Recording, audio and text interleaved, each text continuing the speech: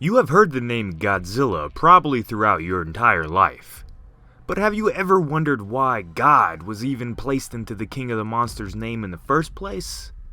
In a little bit, we are going to talk about what the God in Monsterverse Godzilla's name implies, using information given out by King of the Monsters director Michael Dougherty. Before that though, let's delve into the origins of Godzilla's name. Way back in the very early Toho days, apparently there was a rumor that a tough guy on the crew with the nickname Gojira, the name that the Japanese used for the G-Man and the original title for the first movie. Although in the late 90s this was confirmed to just be a good joke. The name, however, stuck with the character. Gojira in Japanese actually is derived from the English word gorilla, and the Japanese word for whale, Kujira, Go-Jira.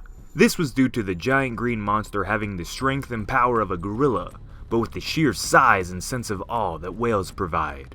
Now the reason why the name went on to become Godzilla was due to America and other nations around the world fearing that the name Gojira wasn't going to click with enough audiences. Godzilla just sounds cool.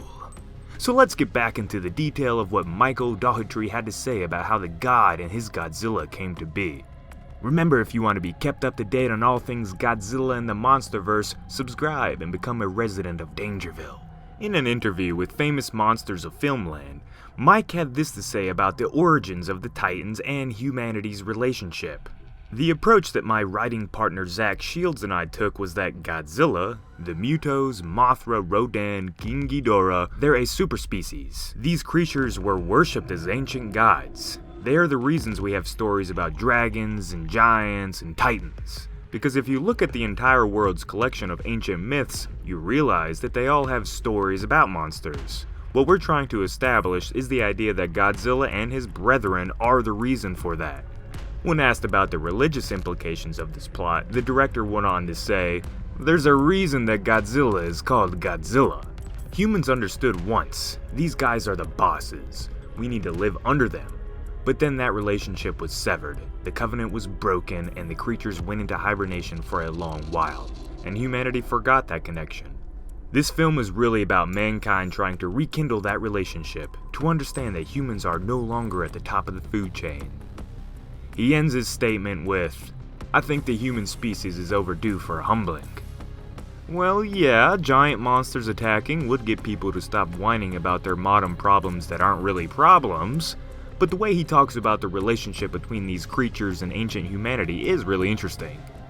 I actually enjoy learning about the odd coincidences between ancient humans seemingly worshipping gigantic godlike creatures. And I say yes. All around the world, ancient civilizations, through statues, art, and carvings, appeared to worship similar-ish beings.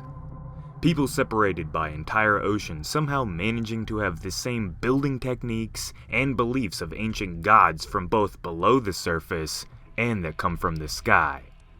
Sounds a lot like the Titans and Kaiju of the Monsterverse, doesn't it?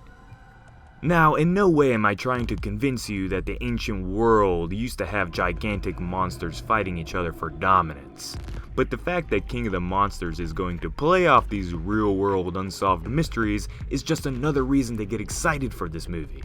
We have all heard stories of ancient sea monsters, dragons, squatches, demons, and angels.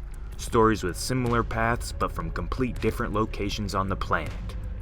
It's all kind of nuts if you get all stoner mode about it. Whoa man, have you ever thought about if Godzilla was the gods that the ancients talked about? Godzilla King of the Monsters has once again made me even more excited to watch. Unlike other franchises with huge fan bases and rich universes, the Monsterverse doesn't need to milk current trends and use social outcry as a way to promote their movies. Nah, with Michael Dougherty, this franchise is using real-world history, ancient myths, real-life issues like humans' effect on the planet, and most importantly, nostalgia to promote its film. If you were a fan of Godzilla back in the day, even back in the 60s, you will still be a fan today. All Godzilla fans are created equal. Just like you, the residents of Dangerville. So follow us on Twitter, Facebook, Instagram, and all that other stuff. As always, this has been Jacob, and peace out.